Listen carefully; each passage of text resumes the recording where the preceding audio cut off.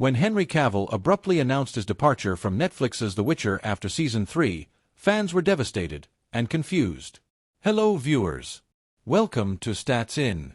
If you're just joining us, please subscribe and don't forget to turn on notifications bell for more videos.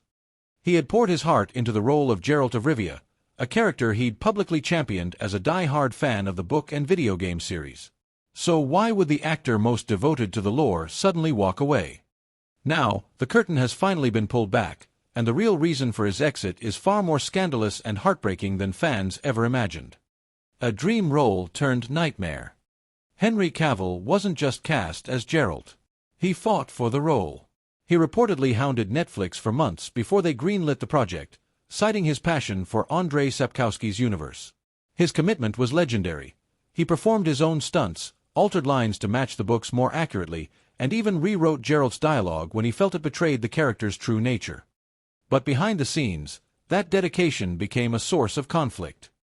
According to several former crew members and insiders, Cavill clashed repeatedly with The Witcher's writers and showrunners. Henry wanted the show to respect the source material, one anonymous source revealed. But the writers, they didn't care. Some of them openly mocked the books. Tension grew so toxic that by Season 2, it was clear, Cavill and the creative team were no longer aligned.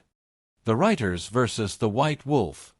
One of the most controversial allegations to surface was that The Witcher's writers had deliberately steered the show away from the source material. Not for narrative innovation, but for control. Cavill reportedly pushed back hard against changes he believed Geralt would never agree with. He was said to be extremely vocal during script discussions and would even refuse to perform scenes that deviated too much from Sapkowski's work. This created friction with showrunner Lauren Schmidt-Hissrich, who allegedly found Cavill's loyalty to the books limiting. As creative differences mounted, the working relationship soured.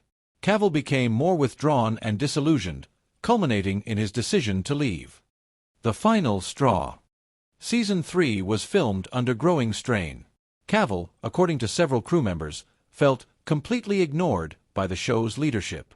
Scripts were rewritten without his input. His suggestions were dismissed. Morale on set hit an all-time low. Then came the bombshell. Netflix announced that Liam Hemsworth would replace Cavill as Geralt in Season 4. The news broke before fans were ready, sparking widespread outrage. Many took to social media to declare they would not continue watching without Cavill. Henry was Geralt, one fan wrote. Replacing him is like replacing Aragorn in Lord of the Rings, it's unforgivable. Rumors of disrespect and betrayal. It wasn't just creative clashes. Other reports emerged suggesting that Cavill felt disrespected behind the scenes. In one now viral rumor, Cavill was left out of key production decisions and script briefings, despite being the face of the franchise. There were even whispers of jealousy, claims that some writers and executives disliked Cavill's growing power among fans and deliberately sidelined him. He was too popular, too respected, and they hated it, claimed one former staffer who spoke anonymously. Cavill's classy exit and subtle jab. When Cavill confirmed his departure on Instagram, he was polite but reserved. My journey as Geralt of Rivia has been filled with monsters and adventures. I will be laying down my medallion and swords for Season 4. No explanation. No drama. But fans read between the lines.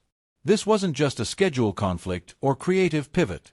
Cavill had been pushed out of a role he loved because he cared too much. His final episodes as Geralt were filmed with professionalism, but reportedly with a heavy heart. The fallout and fan rebellion. Since the announcement, fan campaigns have surged online demanding Netflix reconsider. Petitions to reinstate Cavill gained hundreds of thousands of signatures. Meanwhile, Season 3's reception has been lukewarm at best, with critics and viewers alike noting a lack of passion and depth. Some fans have even dubbed the show's future seasons as the Hissrich cut, blaming the showrunner for driving Cavill away. Conclusion: a hero betrayed? In the end, Henry Cavill didn't leave The Witcher because he wanted to. He left because he refused to compromise his integrity. He was Geralt in mind, body, and soul, and when the show stopped respecting the world it was built on, he walked. Now, the question remains, will The Witcher survive without the White Wolf who gave it life? Cavill was born in Jersey, the largest and southernmost of the Channel Islands, which are dependent territories of the British Crown and are located off the coast of Normandy, France. He is the fourth of 5 sons of Marianne Cavill, née Dalglish, a secretary, and Colin Cavill, a stockbroker. The family lived in St. Helier, where Henry Cavill grew up playing computer games with his brothers. At age 13, he left Jersey to attend the Stowe School, a boarding school in Buckinghamshire, England.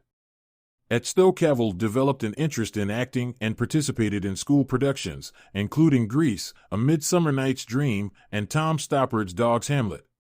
At age 16, he and his classmates had the opportunity to be extras in the movie Proof of Life, 2000, starring Russell Crowe. While on set, Cavill introduced himself to the recent Oscar winner, who encouraged him to pursue acting professionally. Cavill soon landed a role in Vendetta, 2001, followed by another in Kevin Reynolds' big-screen adaptation of The Count of Monte Cristo, 2002. For the part of Albert Mandigo, Cavill, who has said that he was teased for being overweight as a kid, was encouraged to lose several pounds. In addition, Cavill had guest roles in a number of British television shows as well as supporting parts in the coming-of-age film I Capture the Castle, 2003, and an adaptation of the Celtic romance Tristan plus Isolde, 2006. During this period, Cavill auditioned for several iconic roles, including Superman and James Bond, which ultimately went to Brandon Routh in Superman Returns and Daniel Craig in Casino Royale, both 2006, respectively. Those setbacks led him to consider following in the footsteps of 2 of his elder brothers and joining the armed forces. In 2007, however, Cavill garnered his first leading role in The Tutors, a cable series following the exploits of Henry VIII, played by Irish actor Jonathan Rhys-Meyers. Cavill portrayed Charles Brandon, a loyal courtier to the king. The series helped make Cavill a familiar face, and during its 4 seasons, 2007 to 10, he also appeared in such films as the adventure fantasy Stardust, 2007, and the Woody Allen comedy Whatever Works, 2009. After The Tutors, Cavill proved his skill as an action star, playing Greek hero Theseus in Immortals, 2011, and the son of a CIA agent, played by Bruce Willis, in The Cold Light of Day, 2012. In 2011, Cavill announced that he had been cast as Clark Kent/Superman in Man of Steel, 2013. He later admitted that he had missed the call from director Zack Snyder offering him the job because he had been playing the online game World of Warcraft. To portray the Man of Steel, Cavill transformed his body, adding so much muscle that he sometimes split the seams of his Superman costume.